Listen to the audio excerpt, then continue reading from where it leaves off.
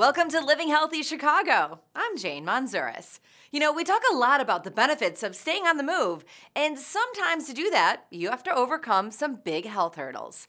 But don't let those hurdles stop you. That's the motto of this marathoner, who says determination helped him get moving again after suffering a heart attack.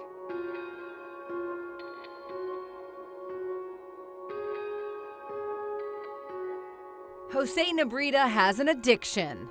It gives you what they call a high, and then at the same time, it makes you feel good.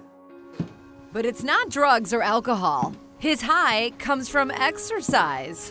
The biggest medal like that. I love running. I really do. I love running. It's just wonderful to finish it.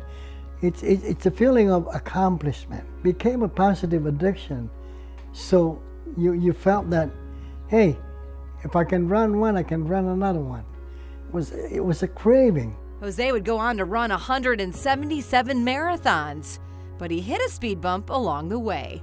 Just after a marathon in Oklahoma City, Jose began to feel unwell. I was getting nauseous and having some blackouts. I felt so kind of, really weak, and I thought it was just a marathon thing, but they called the ambulance for me, and they took me to the small community hospital.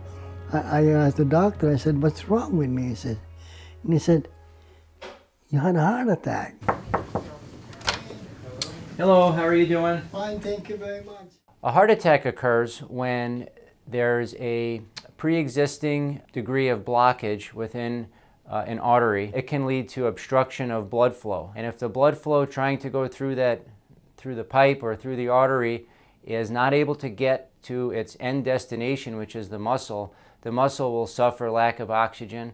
And as that process carries on, every minute counts. The muscle can start to suffer severe damage, and if it goes on for too long, it can be irreversible damage. Jose was taken in for surgery.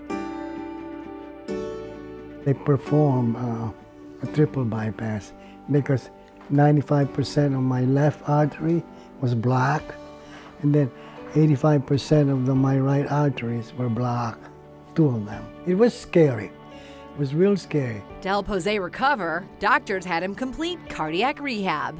Cardiac rehab is a very important part of the healing process. It's a huge lifestyle change that you learn while you're here. Really, the biggest thing is to have them back to the activities they were doing before by strengthening not only their heart, but strengthening their bones, their muscles.